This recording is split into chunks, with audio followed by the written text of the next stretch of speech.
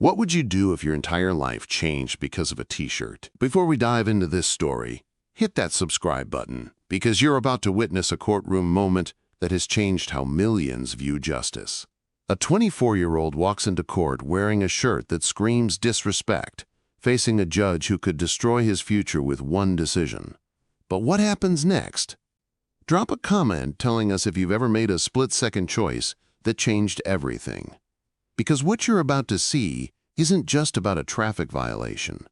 It's about a young man named Marcus Holland, a wise judge who sees beyond the surface, and a moment of humanity that nobody in that Providence courtroom will ever forget. The fluorescent lights buzzed overhead in courtroom 3A as Marcus Holland pushed through the heavy oak doors, March 15, 2023. 9:45 in the morning. He wore ripped Levi jeans, scuffed Nike Air Force Ones, and a black t-shirt with bold white letters that read exactly what you think it did. The shirt wasn't subtle. It was a statement, and everyone saw it. The bailiff, Officer Daniel Morrison, stiffened immediately. Court reporter Jennifer Walsh looked up from her stenotype machine, eyes widening. Even the other defendants waiting their turn went silent. Marcus didn't seem to care. He slouched into the third row of wooden benches, arms crossed, jaw set. His younger sister, Kayla, 20 years old and wearing a neat blue dress, grabbed his arm. "Marcus, please," she whispered. "Take off the jacket at least. Cover it up." He shook his head. "Nah, I'm good." She closed her eyes, knowing exactly how this would go. Kayla had driven 2 hours from their hometown of Warwick just to support her brother, hoping her presence might keep him from doing something stupid. Too late. If you've ever wondered whether judges notice everything, like this video right now, because you're about to find out just how observant they really are. Judge Frank Caprio entered from his chambers at exactly 10 o'clock. At 87 years old, he moved with deliberate care, but his eyes missed nothing. He'd been on the bench for 42 years. He'd seen every type of defendant imaginable: the genuinely remorseful, the habitual offenders, the confused elderly, the desperate parents, the arrogant youth. But something about this particular morning felt different. The first few cases moved quickly. A parking ticket dismissed because the sign was obscured. A speeding violation reduced because the defendant showed proof of a family emergency. Judge Caprio had built a reputation not just for fairness but for compassion. His show, Caught in Providence, had garnered over 300 million views online. People loved him because he listened. He saw the human being behind the violation. He understood that one bad day shouldn't define an entire life. Case number 77492 called out the clerk, Thomas Martinez. City of Providence versus Marcus Allen Holland. Failure to stop at a red light, March 2nd, 2023, intersection of Broad Street and Elmwood Avenue, 10:15 p.m. Marcus stood. He didn't remove his jacket. Instead, he unzipped it halfway, making sure the shirt was perfectly visible. Kayla put her face in her hands. Several people in the gallery gasped. Officer Morrison took a step forward, but Judge Caprio raised one hand slightly, almost imperceptibly. Wait. Marcus approached the defendant's podium. The camera system installed for the show captured everything: the shirt, the attitude, the moment. Prosecutor Linda Chen, a sharp woman in her mid-30s who'd worked with Judge Caprio for 8 years, looked down at her notes, then up at Marcus, then over at the judge. She'd prosecuted hundreds of traffic cases. This was about to become memorable. "Mr. Holland," Judge Caprio said calmly, looking down at the file in front of him. He hadn't looked up yet. "It says here you ran a red light on Broad Street. The officer's report indicates the light had been red for approximately 4 seconds when you entered the intersection. Is that accurate?" Quote, "Yeah, I guess," Marcus said. His voice carried an edge, not quite hostile, but definitely not respectful. Now Judge Caprio looked up. His eyes moved from Marcus's face down to the shirt, then back up. The courtroom went completely silent. You could hear the heating system humming. Share this video with someone who needs to understand what real authority looks like, because what happens in the next 60 seconds will restore your faith in the justice system. "I see," the judge said slowly. He removed his reading glasses. "Mr. Holland, before we discuss your traffic violation, I'm curious about something. That shirt you're wearing." Can you tell me about it? Quote, Marcus shifted his weight. For the first time, a flicker of uncertainty crossed his face. It's just a shirt, man. Just a shirt, Judge Caprio repeated. He wasn't angry. His tone remained measured, almost grandfatherly. Do you know where you are right now? Quote, Court. That's correct. You're in a court of law, a place where we address serious matters. Where people come seeking justice, resolution, and sometimes mercy. He paused. And you chose to wear that particular shirt. Why? Quote. Marcus shrugged. Freedom of speech. Absolutely, the judge agreed. You have every right to wear that shirt on the street, in a restaurant, in your own home. The Constitution protects that right, but I'm asking you why you chose to wear it here, today, to my courtroom. The question hung in the air. Marcus opened his mouth, closed it, then said, I don't know. I just did. Judge Caprio nodded slowly. Let me tell you what I see, Mr. Holland. I see a young man, 24 years old according to your file. I see someone who probably has a story, like everyone who walks through these doors. But I also see someone who made a choice this morning. A choice to show disrespect not just to me, not just to this court, but to every person in this room who serves the justice system. Officer Morrison stood a little straighter. Jennifer Walsh continued typing, but you could see the slight nod of her head. Linda Chen watched the judge with absolute attention. Your Honor, Marcus started, his voice still defiant. I didn't mean any disrespect to you personally, I just... Hold on, Judge Caprio interrupted gently. I'm not finished. Before you explain, I want to tell you about someone. His name was Officer Patrick Sullivan. He was 32 years old, married, 2 daughters, ages 4 and 7. He loved the Boston Red Sox. He coached Little League Baseball every summer. On October 19, 1998, he pulled over a vehicle for a broken taillight on this very street, Broad Street, just 6 blocks from where you ran that red light. The judge's voice remained steady, but something in his eyes had changed. Marcus felt it. So did everyone else in the courtroom. The driver got out of the car and shot Officer Sullivan 3 times before he could even call it in. Patrick died in the street. His daughters are now in their 30s. They grew up without a father.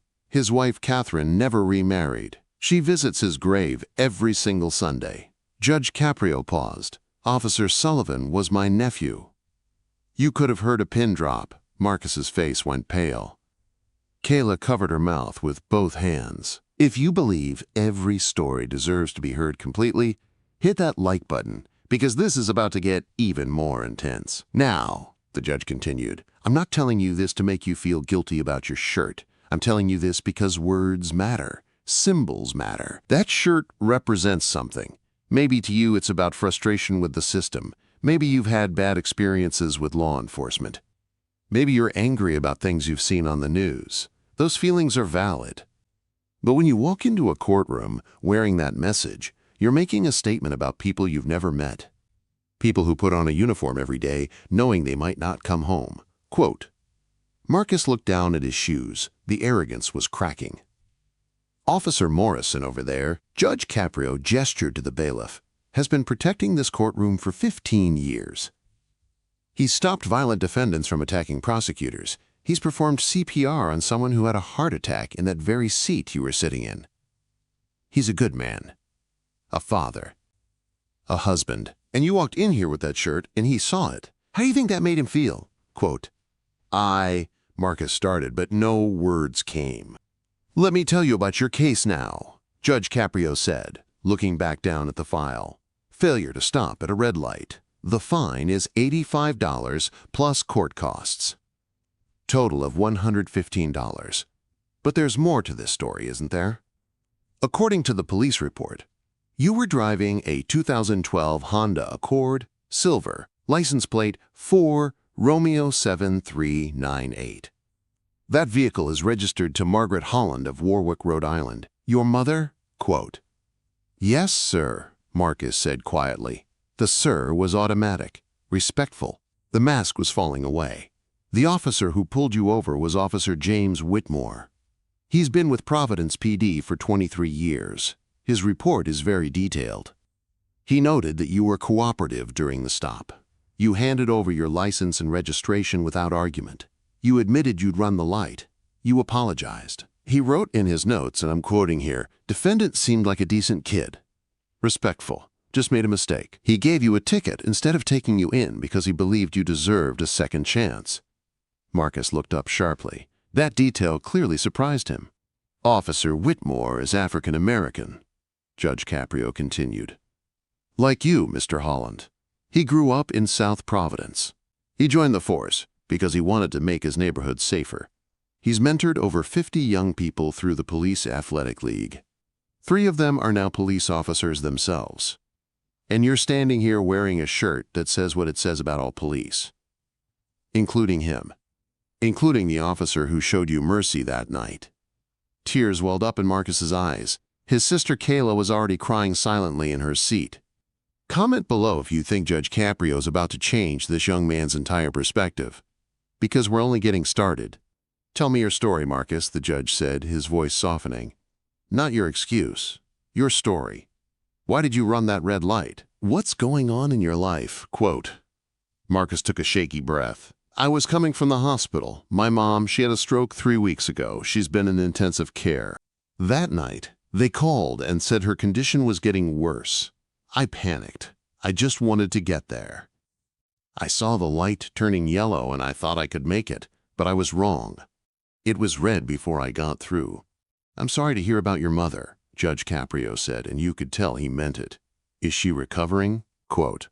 "She's stable now. She's in rehab learning to walk again. Her left side is still weak, but the doctors say she's making progress." Marcus wiped his eyes with the back of his hand. "I'm sorry about the shirt, Your Honor. I'm really sorry. I bought it last year after something happened, but I shouldn't have worn it here. You're right. It was disrespectful." "Tell me what happened," the judge said. "The thing that made you buy the shirt." Marcus hesitated. This was clearly painful. "Last June, I was walking home from my job at the AutoZone on Westminster Street. It was like 9 at night. 2 officers stopped me. They said I matched the description of someone who'd robbed a convenience store. They put me in handcuffs. They searched me right there on the street.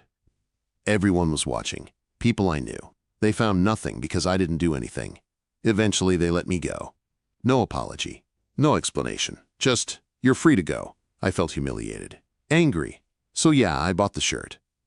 Judge Caprio nodded. "That sounds like a terrible experience. Truly. Being profiled, being treated as guilty before proven innocent, being humiliated publicly. Those are serious violations of dignity. Did you file a complaint?" Quote. "No. What's the point? Nothing would happen anyway." Quote. "That's where you're wrong," the judge said firmly. "The point is accountability. The point is making sure that if officers acted inappropriately, there's a record. The point is that good officers, and there are many good officers, need to know when their colleagues are creating distrust in the community. But you didn't file a complaint. You bought a shirt, and that shirt doesn't distinguish between the officers who wronged you and the officers who would never do such a thing. It paints them all with the same brush." Quote.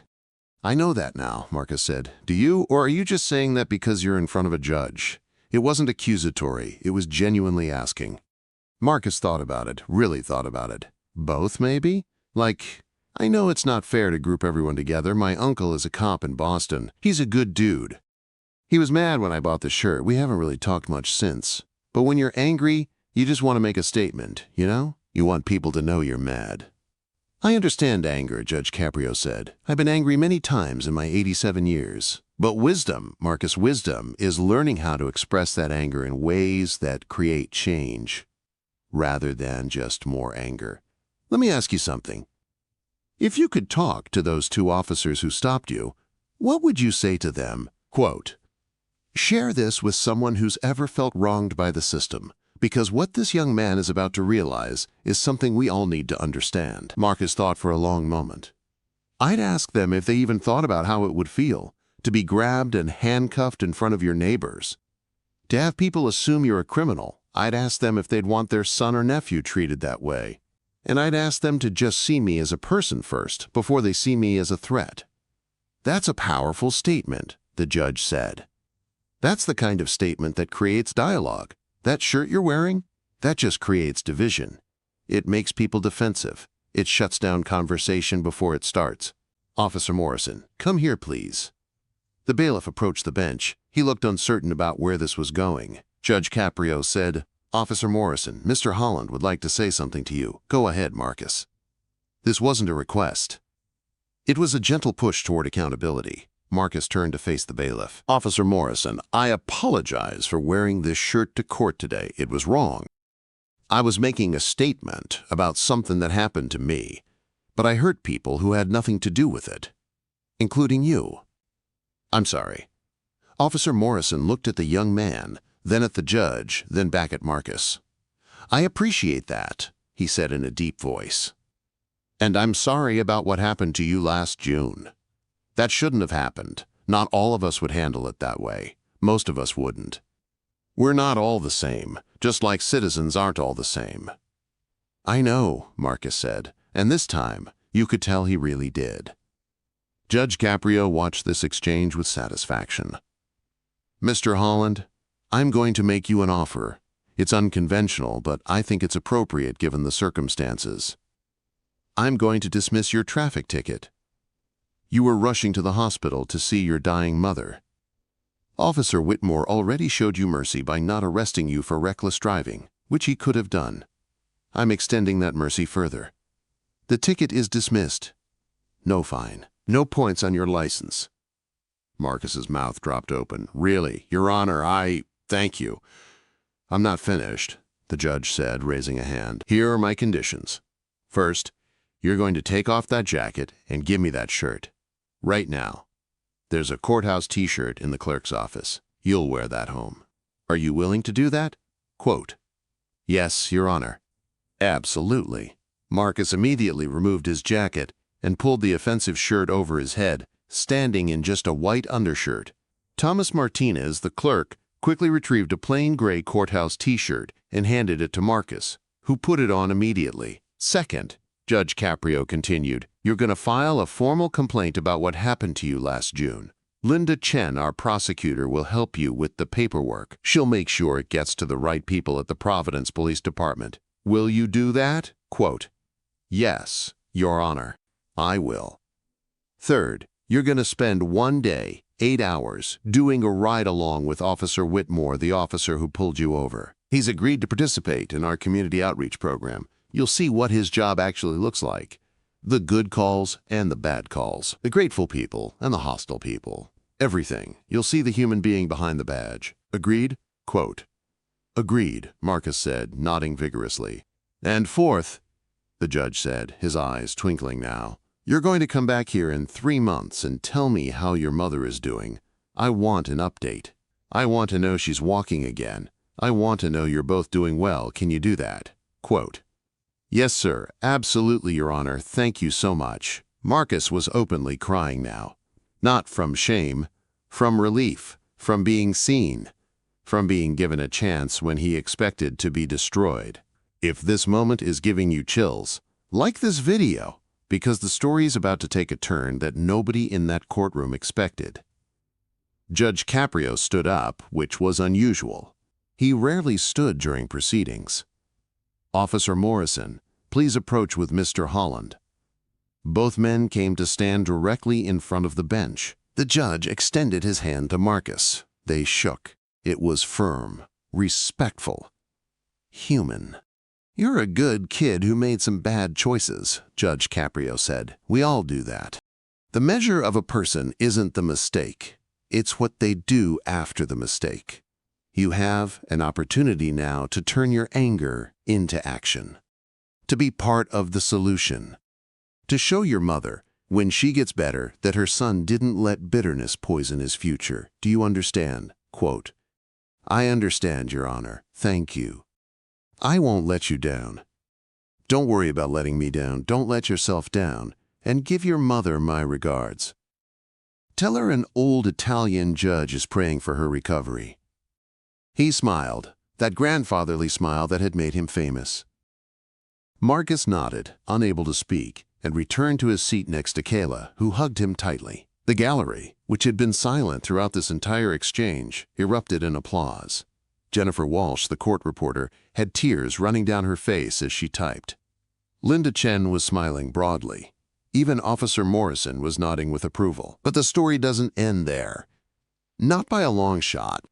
Because what happened over the next 3 months would prove that Judge Caprio's instinct about Marcus Holland was absolutely correct, and it would create ripples that spread far beyond that Providence courtroom.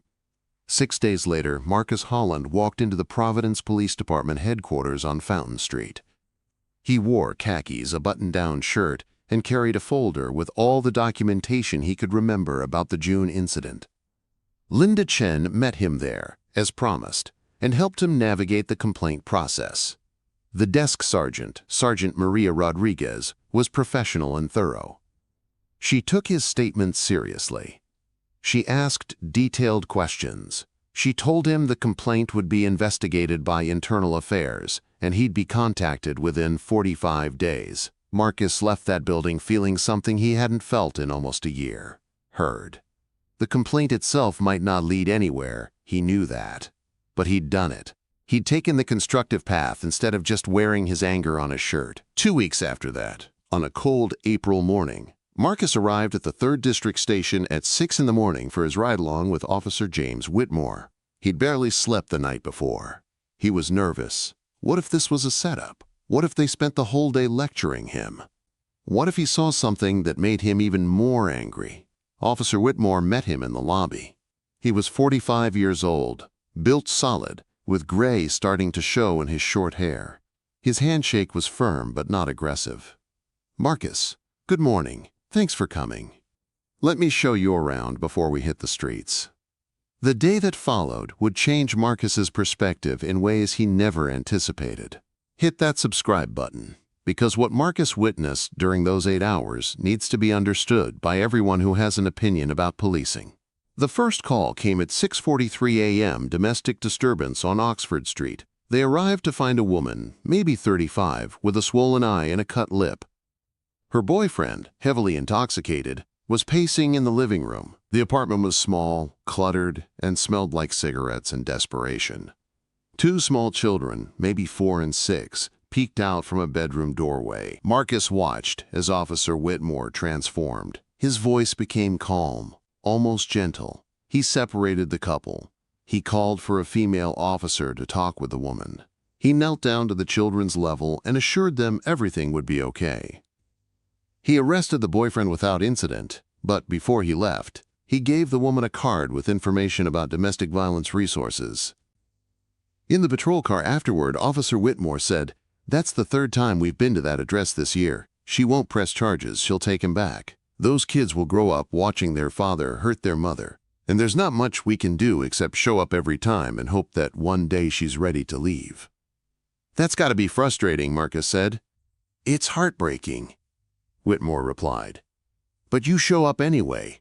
You treat every call like it matters." Because it does. Quote, "The second call was a shoplifting at the CVS on Broad Street. 16-year-old kid trying to steal formula and diapers. Officer Whitmore talked to the kid for 20 minutes. Found out he had a 6-month-old sister. His mom worked 2 jobs. They were struggling. Instead of arresting the kid, Whitmore paid for the formula himself. $53. Marcus saw him swipe his personal credit card. "Why'd you do that?" Marcus asked as they drove away. "Because arresting that kid doesn't solve anything. It creates a record that follows him forever. It makes it harder for him to get a job, which makes his family situation worse. Sometimes mercy is more effective than punishment." He glanced at Marcus. "Judge Caprio taught me that, actually. About 12 years ago. I had a case in his court. He showed me compassion when I'd screwed up. It changed how I do this job." Marcus absorbed that in silence. The 3rd call came just before noon. Traffic accident, no injuries, on Elmwood Avenue. Just 2 frustrated drivers who'd bumped fenders. Straightforward. Exchange insurance information. File a report. But one of the drivers, an elderly woman named Rose Delgado, was crying. Not about the accident. Officer Whitmore noticed and asked what was wrong. "I just found out my husband has cancer," she said between sobs. "Stage 4. I was driving to the pharmacy to pick up his medication. I wasn't paying attention. This is my fault. I'm so sorry." Officer Whitmore spent 30 minutes with this woman. He called the pharmacy himself and arranged for them to deliver the medication. He called her daughter to come pick her up. He made sure she got home safely. No ticket, no harsh words, just humanity. The job isn't about the law, Whitmore told Marcus as they grabbed lunch at a small diner. The law is the framework, but the job is about people. Understanding them, helping them when you can, holding them accountable when you must, knowing the difference. The fourth call was different. Armed robbery in progress at a convenience store on South Main Street. Suddenly, the calm day turned into chaos. Officer Whitmore's entire demeanor changed. He called for backup. He approached the store carefully. Marcus stayed in the car as instructed, heart pounding. Through the window, he saw Whitmore take cover behind a vehicle, saw him draw his weapon, saw the tension in his shoulders. The suspect came out, saw the police, and dropped a gun. He surrendered. No shots fired, no one hurt. But Marcus realized in that moment how quickly things could turn deadly. How Officer Whitmore had gone from buying formula for a teenager to potentially having to use lethal force in a matter of hours. The duality of the job was stunning. Comment below whether you think this experience is changing Marcus's worldview, because we're about to see the full transformation happen. During the arrest processing, Marcus watched Officer Whitmore treat even this armed robbery suspect with basic dignity. He didn't rough him up, he didn't taunt him. He read him his rights clearly. He made sure the handcuffs weren't too tight. Professional, humane. Back in the car, Marcus said, "How do you do it? How do you switch between all these different modes?" Quote, "Training, experience, and remembering that everyone I encounter is somebody's son or daughter, brother or sister. That doesn't mean I trust everyone. It doesn't mean I let my guard down. I go home to my family every night, and that's priority one. But it does mean I treat people the way I'd want my own son treated if he made a mistake." The day ended with a call that Marcus would think about for years. A wellness check on an elderly man who hadn't been seen in 3 days. They entered the small house on Potter Avenue using a key the worried neighbor provided. They found Benjamin Kruger, 82 years old, on the floor of his bathroom. He'd fallen and couldn't get up. He'd been there for over 48 hours. He was dehydrated, disoriented, and humiliated. Officer Whitmore called for an ambulance. While they waited, he got a blanket to cover Mr. Kruger. He talked to him gently, reassuringly. He held his hand. When the EMTs arrived, Whitmore gave them a detailed account. Then he locked up the house, took the neighbor's contact information, and promised to check on Mr. Kruger at the hospital later. "That's not in your job description," Marcus observed. "It's exactly in my job description," Whitmore replied. "To serve and protect. That man needed help. We helped him. That's the whole point." At 6 p.m., the shift ended. 8 hours that felt like 8 minutes. Marcus had seen poverty, addiction, mental illness, domestic violence, crime, and compassion. He'd seen Officer Whitmore be stern, gentle, cautious, generous, firm, and kind, often within minutes of each other. "So what do you think?" Whitmore asked as they walked back into the station. Marcus took a long breath. "I think this job is way more complicated than I realized. I think you're dealing with stuff most people never see. And I think that shirt I wore to court was ignorant. I'm really sorry, man. You didn't deserve that." "I appreciate that," Whitmore said. "And hey, the fact that you spent today with me instead of just paying a fine, that shows character. Judge Caprio saw something in you. Don't prove him wrong." They shook hands. It meant something. Over the next 2 months, Marcus's life began to shift in unexpected ways. His mother, Margaret, continued her recovery. She progressed from wheelchair to walker to cane. Her speech improved. Her strength returned. Every small victory felt monumental. Marcus was there for every therapy session, every doctor's appointment, every small milestone. His relationship with Kayla deepened. They'd always been close, but his anger over the past year had created distance. Now they talked regularly. She told him she was proud of him. That meant everything. He also reached out to his uncle in Boston, the one who was a police officer. They met for dinner in late May at a restaurant halfway between Providence and Boston. It was awkward at first. They hadn't spoken since the shirt incident, but Marcus apologized. He explained what had happened in court. He described the ride-along. His uncle, Robert Holland, listened carefully. "I was angry at you," Robert admitted. "Not because of the shirt itself, but because I felt like you were saying I was one of the bad guys. That hurt, but I get it now. You were hurt and you lashed out. We all do that. I'm glad you're working through it." Quote, they spent 3 hours together. It felt like rebuilding a bridge that had been burned. In mid-June, Marcus received a letter from the Providence Police Department Internal Affairs Division. His complaint had been investigated. The 2 officers who had stopped him the previous June had violated several department policies. They had failed to properly document the stop. They had used excessive force in the handcuffing. They had not offered an explanation or apology when they realized Marcus was not the suspect. Both officers received written reprimands and mandatory retraining on proper stop procedures and community relations. It wasn't a huge punishment. Marcus understood that. But it was acknowledgement. It was validation that what happened to him was wrong. It was accountability. That mattered more than he'd expected. Share this moment with someone who's ever felt like their voice didn't matter, because this is proof that speaking up can create change. And then came July 14th. 3 months to the day since Marcus had stood in Judge Caprio's courtroom wearing that shirt. He returned, as promised, to provide an update. He wore a suit this time, a real suit, borrowed from his uncle Robert. Navy blue, white shirt, red tie. He looked like a different person. The courtroom was full, as always. Judge Caprio's show had become even more popular. People flew in from other states just to watch. When Marcus's name was called as a special guest, he walked to the front with confidence, but also humility. Kayla was there again, beaming. So was his mother, Margaret, walking slowly but steadily with her cane. Judge Caprio's face lit up with recognition. "Mr. Holland, you came back. And you brought your mother. Mrs. Holland, please come up here." Margaret approached carefully. The judge stepped down from the bench again and took her hand gently. "How are you feeling?" Quote, "Much better, Your Honor, thank you," she said in a slightly slurred but clear voice. "I'm walking again. I'm talking again. I'm grateful every day." "That's wonderful. I'm so happy to hear that." He turned to Marcus. "And you? Tell me about the last 3 months." Quote, Marcus took a breath. "Your Honor, I want to thank you first for seeing past my anger, for giving me a chance, for pushing me to do better. I filed the complaint like you asked. It was investigated. The officers were disciplined. It felt good to do things the right way instead of just being angry."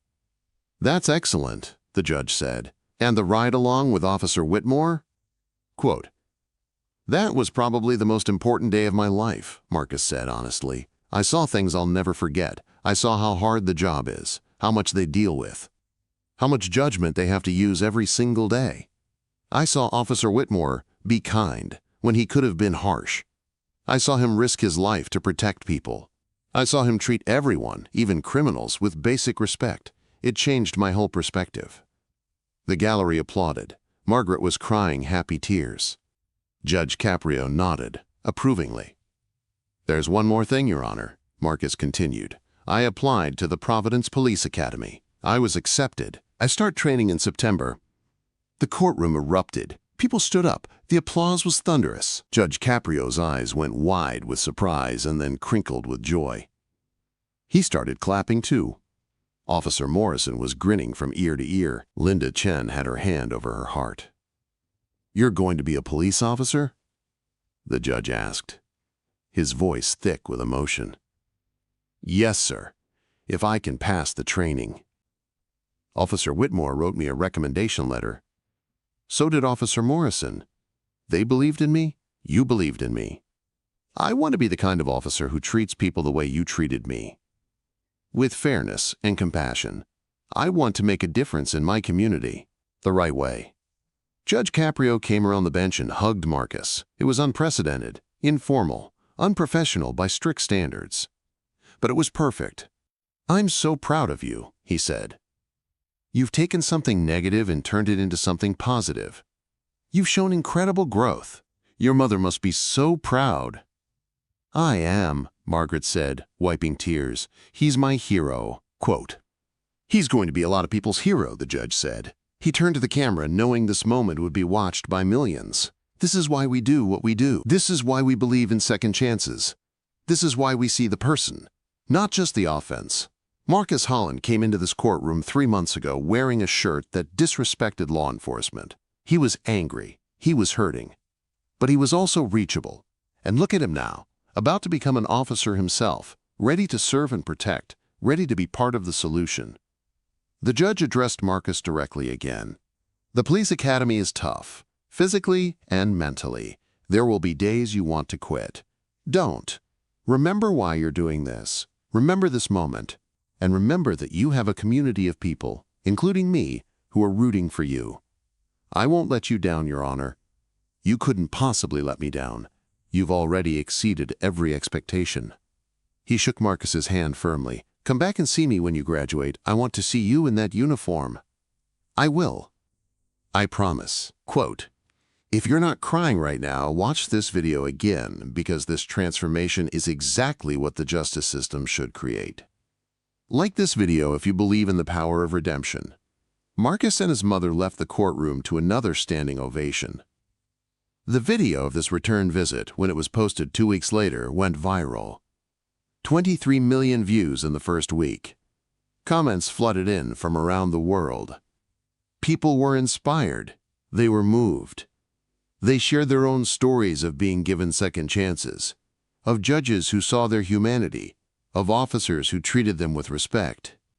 But the story still doesn't end there. September 12th, Marcus Holland began his training at the Rhode Island Police Academy.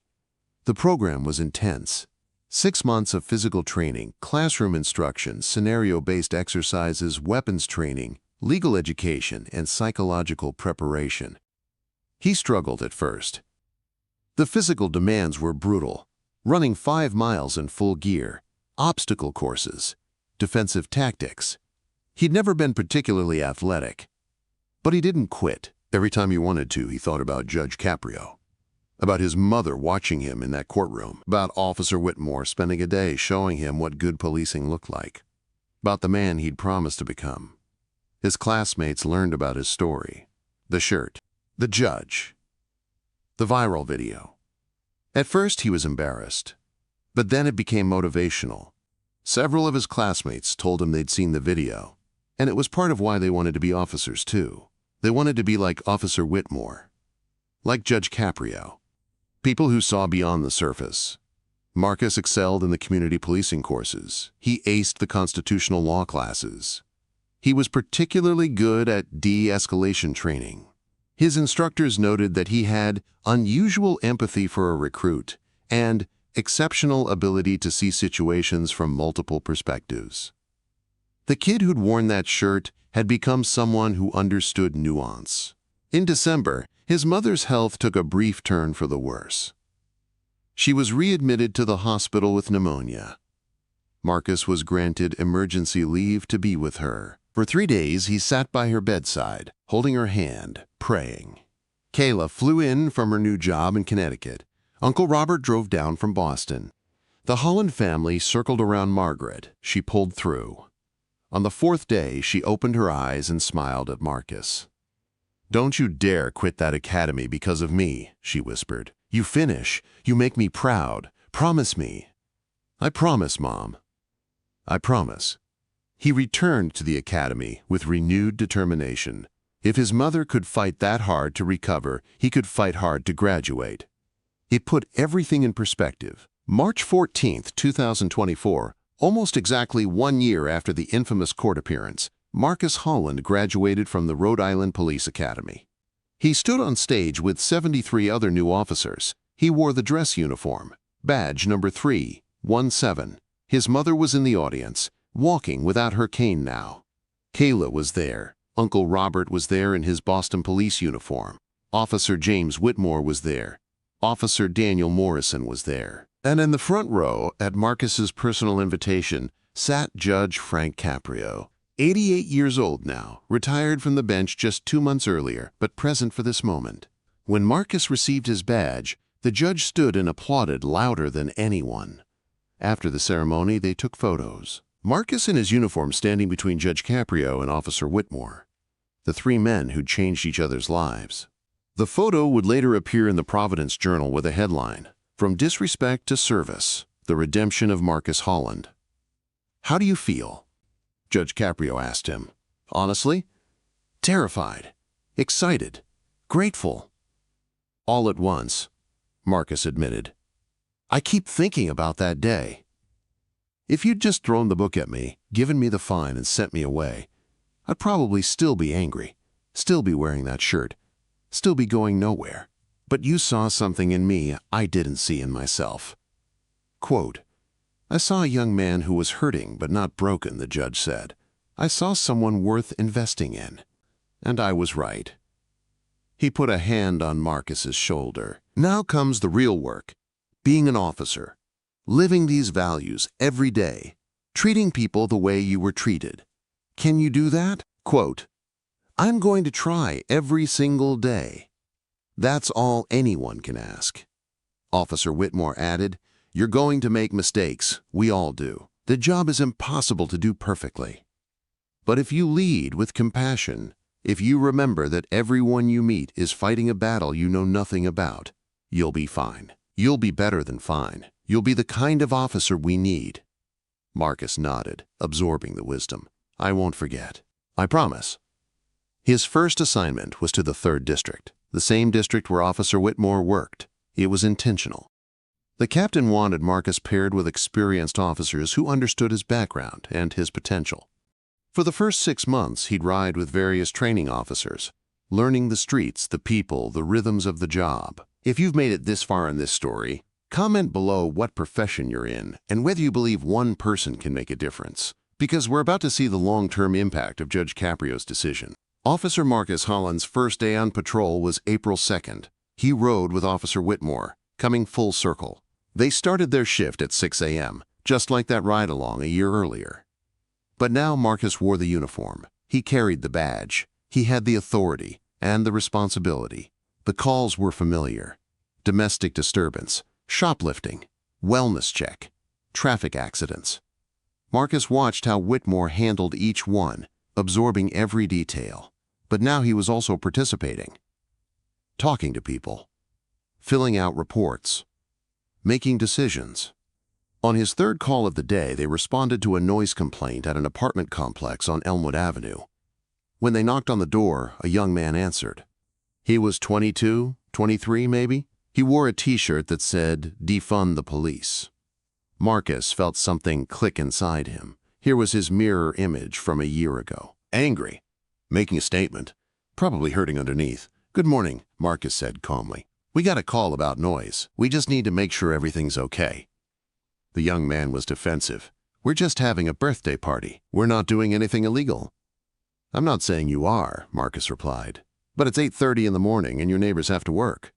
Can you just keep it down a bit?" Quote, "Whatever," the guy said, starting to close the door. "Hold on," Marcus said gently. "Can I ask you about your shirt?"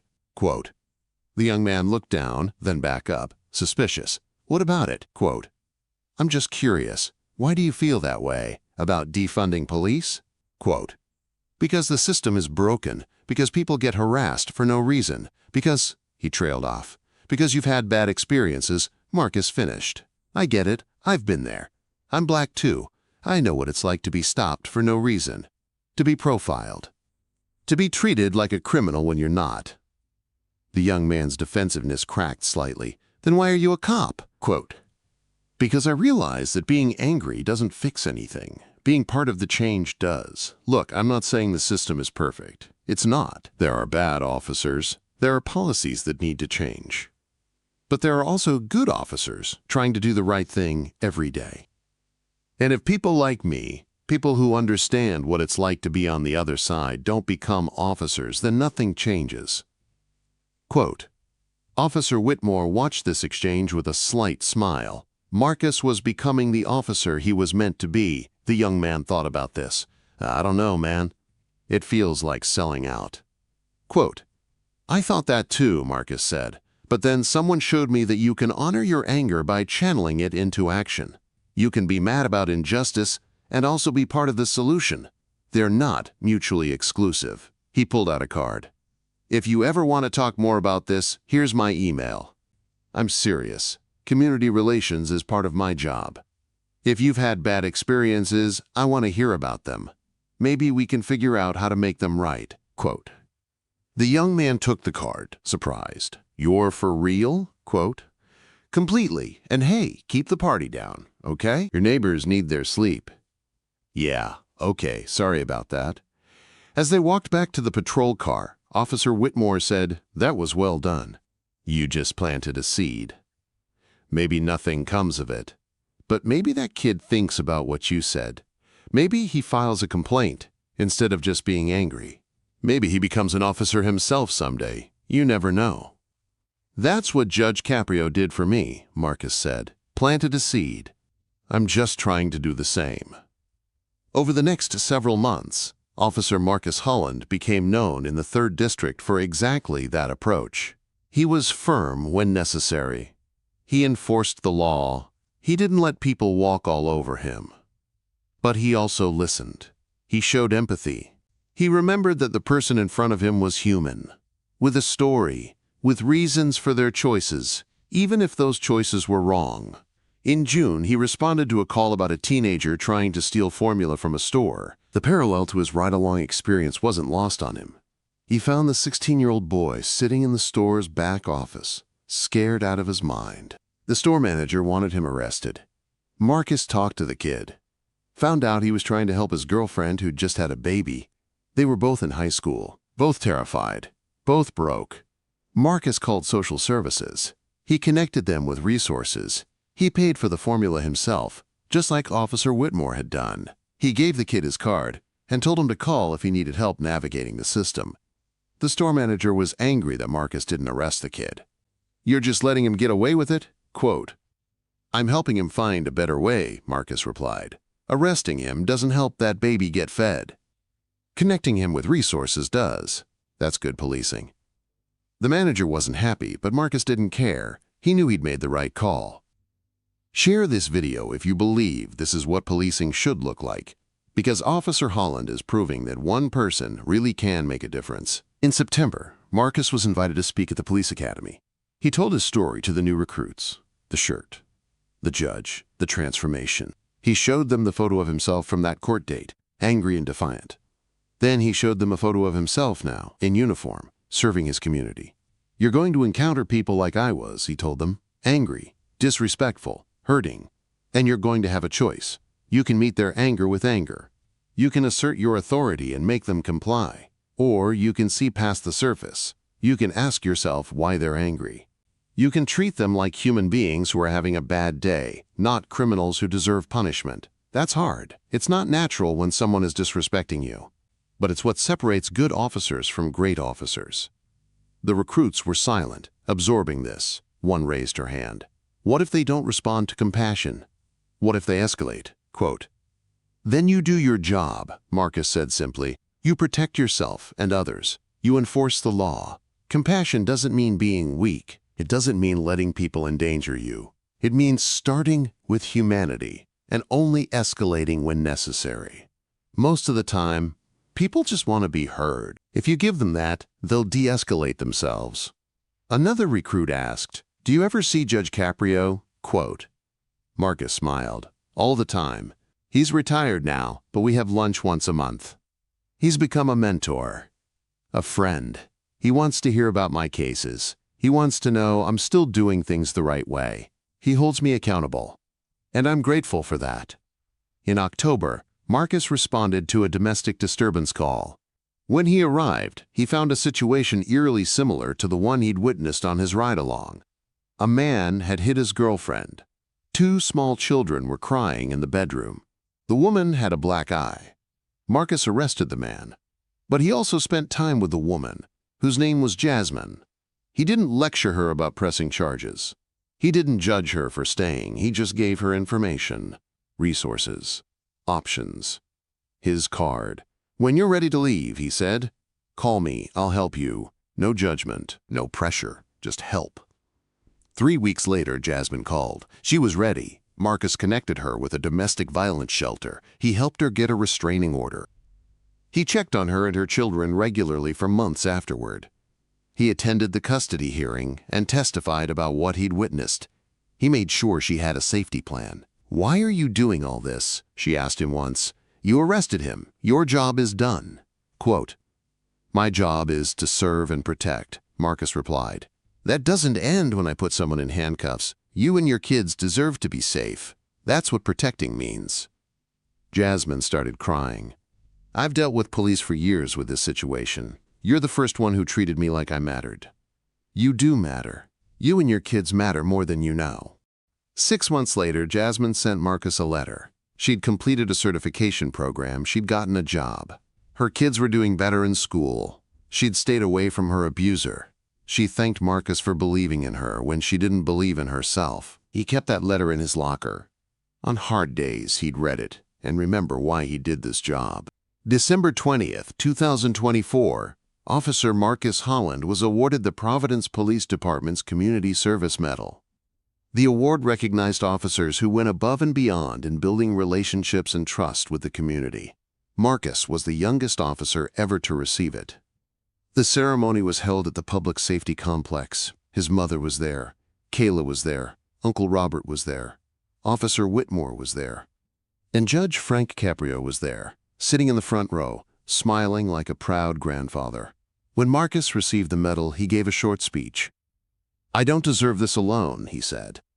"This medal belongs to Judge Caprio, who saw potential in an angry kid wearing a disrespectful shirt. It belongs to Officer Whitmore, who showed me what good policing looks like. It belongs to my mother, who fought through a stroke to see me graduate. It belongs to my sister, who never gave up on me. And it belongs to every person in this community who gave me a chance to prove that I'm here to serve, not to assert power. Thank you. I promise to keep earning this every single day." The applause was thunderous. Judge Caprio stood, tears streaming down his face. He'd changed countless lives over his 42 years on the bench, but Marcus Holland's transformation was something special. It was proof that justice combined with mercy could create miracles. After the ceremony, Marcus and Judge Caprio had a few minutes alone. "You know," the judge said, "I've been thinking about that day you came to court. If you want to know the truth, I was angry when I saw that shirt. Really angry. I thought about holding you in contempt. I thought about making an example of you. But something stopped me. Maybe it was remembering my own youth. Maybe it was thinking about my nephew Patrick and wondering what he would want me to do. Maybe it was just instinct. But I decided to talk to you instead of punish you. And look what happened." "You changed my life," Marcus said simply. "I was lost. I was angry. I was heading down a bad path. You redirected me. You believed in me. I owe you everything." "You don't owe me anything," Judge Caprio said firmly. "You did the work. You made the choices. You became this person. I just opened a door. You walked through it." He paused. "But I am so very proud of you. I want you to know that. You've become exactly the kind of officer we need, the kind Patrick would have been proud to serve with." Marcus hugged the old judge, not caring who saw. "Thank you for everything." "Keep making me proud," Judge Caprio whispered, "and keep being kind. That's the secret. Kindness changes the world, one person at a time. Drop a comment telling us about a time someone showed you kindness when you deserved punishment, because those moments are what shape who we become." Now it's January 23rd, 2025. Officer Marcus Holland has been on the job for 10 months. He's handled hundreds of calls. He's made dozens of arrests. He's helped countless people. And he's never forgotten why he wears the badge. Last week, he pulled over a car for running a red light. When he approached the driver's window, he saw a young man, about 24, who looked terrified. The kid's hands were shaking on the steering wheel. "License and registration, please," Marcus said calmly. "Officer, I'm so sorry," the young man said. "My mom is in the hospital. She had a heart attack. I was rushing to get there. I know that's no excuse. I just—" Marcus looked at the license. The address was in Warwick, same town where Marcus grew up. "Rhode Island Hospital?" he asked. "Yes, sir." Marcus thought about his own mother. About rushing to the hospital 2 years ago. About running a red light because panic overrides judgment sometimes. "Here's what we're going to do," he said. "I'm going to give you a police escort to the hospital. Follow me. Lights and sirens." We'll get you there safely. But after you see your mom, after you know she's okay, you're going to come down to the station and we're going to talk about traffic safety. Deal? Quote. The young man's eyes filled with tears. Really? You'd do that? Quote. Really, let's go. Your mom needs you. Marcus escorted him to the hospital, made sure he got inside. Then he went back to patrol. Later that day, the young man came to the station as promised. They talked for an hour. Marcus shared his own story. The kid listened, amazed. They talked about making good choices even in panic situations, about the consequences of reckless driving, about responsibility, and about compassion. I could have given you a ticket, Marcus said. By the law, I should have. But I remembered someone showing me mercy when I needed it. So I'm paying that forward. Don't make me regret it. Drive safely. Be careful. Take care of your mom. I will. Thank you, Officer Holland. I won't forget this. Good. Now, get out of here. As the young man left, Officer Whitmore walked up. He'd overheard part of the conversation. Judge Caprio would be proud, he said. I hope so, Marcus replied. I'm just trying to be the officer he thought I could become. Mission accomplished, Whitmore said, clapping him on the shoulder. That evening, Marcus drove to his mother's house. She was doing well now, almost completely recovered. She'd regained most of her speech and all of her mobility. She was back to working part-time at the library, back to living independently, back to being herself. They had dinner together, like they did every Wednesday. Margaret had made his favorite, baked ziti with garlic bread. They talked about his week, about the calls he'd handled, about the young man he'd escorted to the hospital. You're doing exactly what you should be doing, Margaret told him. I'm so proud of you, baby. So proud. I learned from the best, Marcus said. You never gave up. Even when the stroke took everything, you fought back. You showed me what resilience looks like, what strength looks like. And you showed me what redemption looks like, she replied. You could have stayed angry. You could have let that day in court embitter you even more. But you chose growth. You chose to become better. That's all a mother can ask for. They finished dinner in comfortable silence. After he helped her clean up, Marcus drove home to his small apartment in South Providence. He hung up his uniform carefully. He placed his badge on the dresser. He looked at the photo on his wall. Himself, Judge Caprio, and Officer Whitmore on his graduation day. 3 men, 3 generations, 1 transformation. Before bed, he opened his laptop. He'd been writing in a journal since that day in court, documenting his journey. Tonight he wrote, 2 years ago, I walked into a courtroom wearing a shirt designed to disrespect. I was angry at the world. I'd been wronged, and I wanted everyone to know it. I thought I was making a statement. I thought I was standing up for something. But really, I was just hurting. And I was taking that hurt out on people who had nothing to do with it. Judge Caprio could have destroyed me that day. He could have made an example of me. Instead, he made a connection with me. He saw past the shirt to the person underneath.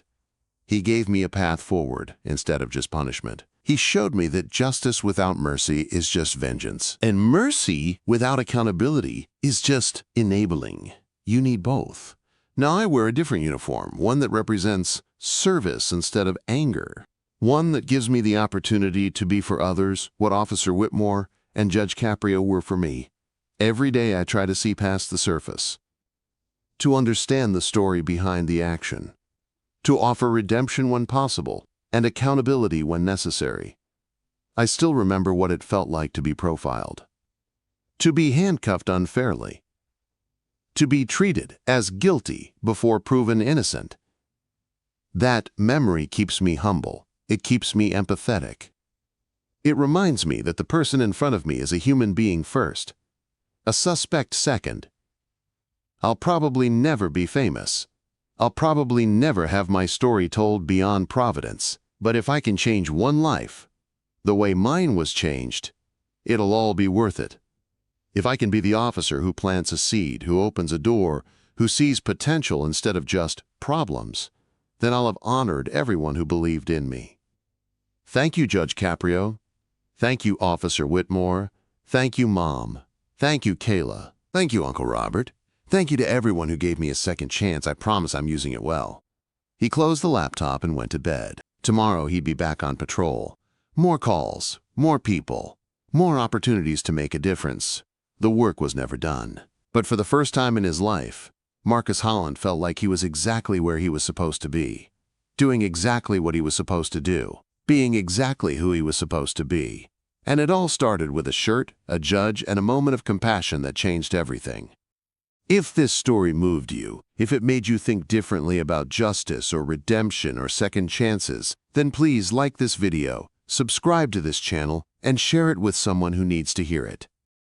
Drop a comment telling us about a time someone gave you a chance you didn't deserve. Tell us about a moment that redirected your life.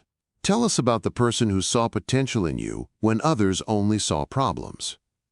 Because stories like Marcus Holland's remind us that people can change, that one conversation can alter a trajectory, that mercy is not weakness but strength, that the best way to honor our own second chances is to offer them to others. Next week, we'll bring you the story of a homeless veteran who walked into Judge Caprio's courtroom for a parking ticket and walked out with a job, a home, and a future. You won't want to miss it. Until then, remember, everyone you meet is fighting a battle you know nothing about.